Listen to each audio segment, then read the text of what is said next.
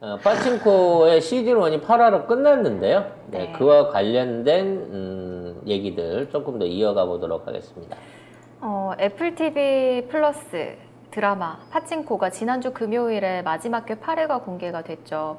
이 제작사는 미국이지만 드라마를 보면은 약간 한국의 정서를 많이 느낄 수 있다는 평이 많은데요. 또 특히 일제강점기에 좀 아픈 역사를 바로잡는 그런 역할을 일부 좀 하기도 했습니다. 온라인에서는 파친코를 언급하면서 아픈 역사를 잊지 말자는 반응이 이어지고 있고요. 또 일제강점기 당시 조선인이 겪었던 순환사를 정리한 글이 화제가 되기도 했습니다. 뭐 다 보셨어요? 네, 다 봤는데 저 다 봤습니다. 네, 저는 이제 마지막 8회차를 2번을 봤어요. 오. 왜요?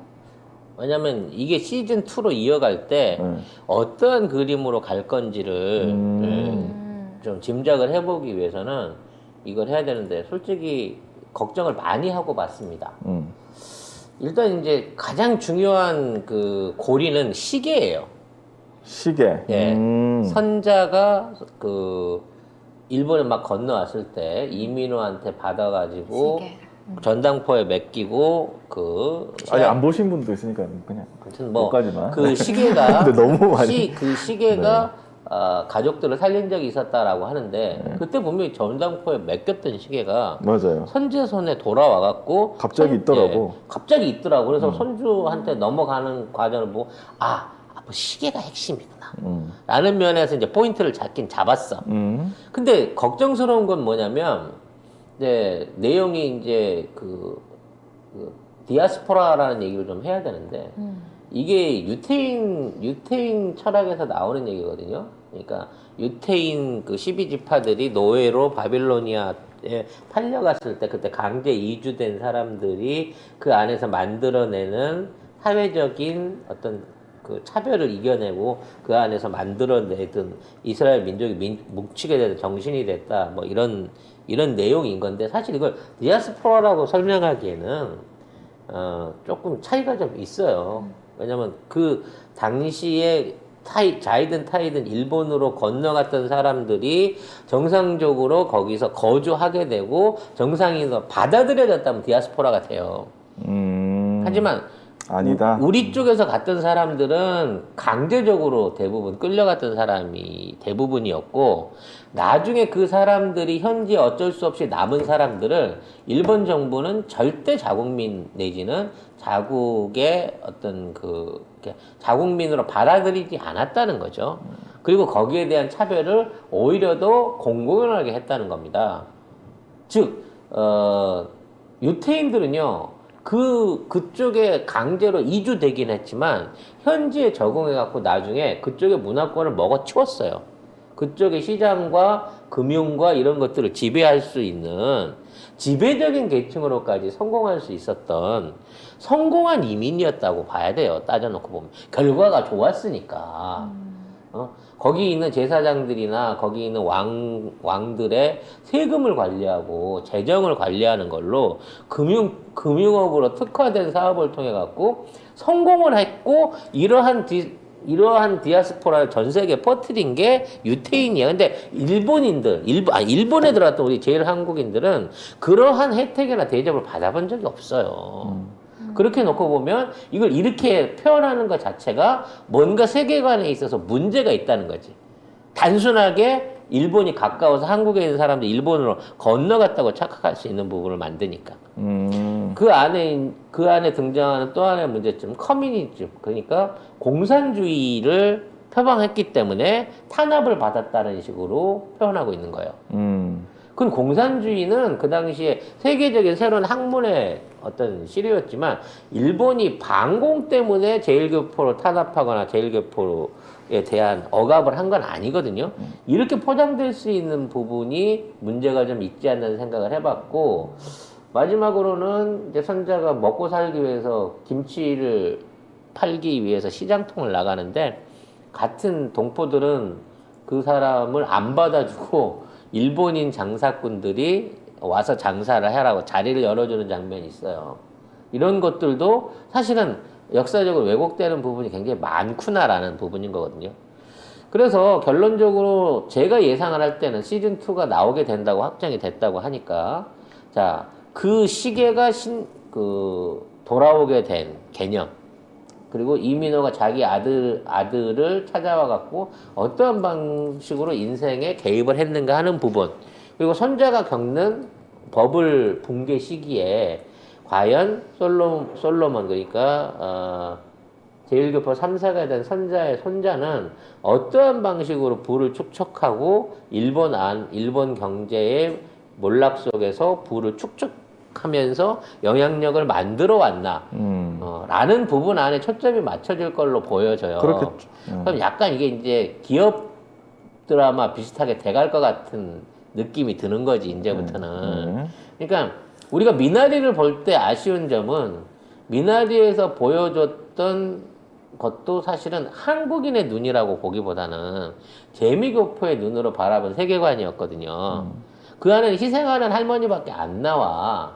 근데 이제 똑같은 할머니가 나와가지고 아, 그러네. 지금 이거를 하고 있는 거예요. 그러니까 자칫하면 그 할머니가 그 할머니가 돼버리는 거고, 자식을 위해서 이민 가갖고 열심히 희생을 해갖고 잘 길러낸 요 부분에 포커스가 맞아버릴 것 같다는 거지. 근데 그 부분에 좀 맞춘 건 맞더라고요. 근데 보니까. 선자라고 하는 캐릭터는 애초부터 독립적이었고, 주변에 의지하지 않으려고 했고, 그리고 이제 자신의 이제 그러니까 자기 아들의 생부를 거부하면서도 독립적으로 살아보려고 노력을 했고 어쩔 수 없이 일본으로 넘어가게 되면서 새로운 환경에 적응해내고 그걸 이겨내는 굉장히 강인한 캐릭터라는 거지. 그렇죠. 실질적으로 그걸 이어나가고 어떤 의지의 한국인의 표상으로서 보여지는 대표성이 있는 배우인 거예요. 그러니까 아무리 김여정의 배역이 낮다고 하더라도 윤여정의 배역이 낮다고 하더라도 김여정은 29. 네. 윤여정의 캐릭터가 결국은 이 모든 것들을 대변하는데 이게 자칫 이런 방식으로 희석이 돼갖고 나중에 가서 일본인들한테 이제 면죄부를 주는 방향으로 시즌2로 흘러가지 않을까. 근데 나는 우려를 해본다는 거죠. 제가 뭐 요거만 말씀드리면 이건 스포는 아니니까 그 뭐 여러 가지 일본에서 벌어진 일들이 있는데 그거를 나중에는 자막으로 박아버려요. 일본에서 이런 일이 있어가지고 한국인들을 죽였다 막 이런 거 있잖아. 근데 나는 내가 만약에 만들면 그 자막 안 쓸 것 같아. 그러니까 나도 이제 거기서 끝났으면 야이씨 역시 드라마는 한계고 직접 한국인이 아닌 재미교포들이 보는 시각이 이렇게 루즈하거나 볼 수 있는데 막판에 이제 그 어르신들이 인터뷰를 넣었더라고. 그거는 스포지. 아니, 그 인터뷰가 들어가게 되는 순간 이게 실질적으로 있었던 사건이구나라는 거를 설명해 줄 수 있는 요소를 집어넣는 걸 보고는 그래도 얘들이 그 최소한의 개념은 장착을 했구나라는 생각을 갖고 봤는데 어찌 됐거나 이게 드라마의 문제가 아니라 지금 한참 한일 갈등이 고조가 될 수밖에 없는 이 시기에 자, 이 드라마의 앞으로 제작 방향이나 흥행이 이 한일 관계에 미칠 영향력에 대해서도 좀 고민을 해봐야 될 수준이 아닌가라는 생각을 해봅니다. 그래서 시즌2는 조금 좀 더 우리나라 스태프들과 우리나라 연출이 많이 좀 참여를 해갖고 아니 근데 이거 하는 거 바람이 좀 있어요. 자체도 그 심용환 역사학자 그분한테 엄청나게 많이 그 자문을 들었대요. 그래가지고 그 자문 듣고 이제 뭐 대사라든지 뭐 세트라든지 이런 구성 되게 많이 했고. 아씨 우리 심강사 왜 그렇게 루즈하게 그걸 했어? 좀 더 강하고 빡빡하게 그 자문을 해줬어야지. 저는 이 정도면은 뭐 미국에서 찍은 거라면 저는 이 정도면 되게 만족하고 아예 자막으로 받고 나중에 드라마가 아니고 다큐로 끝나버린 상황이 저는 굉장히 신선했어요. 좋았어요. 아 여기서 이 정도 할 수 있구나. 근데 일본 내 애플 TV를 런칭하는 거 아예 포기했구나.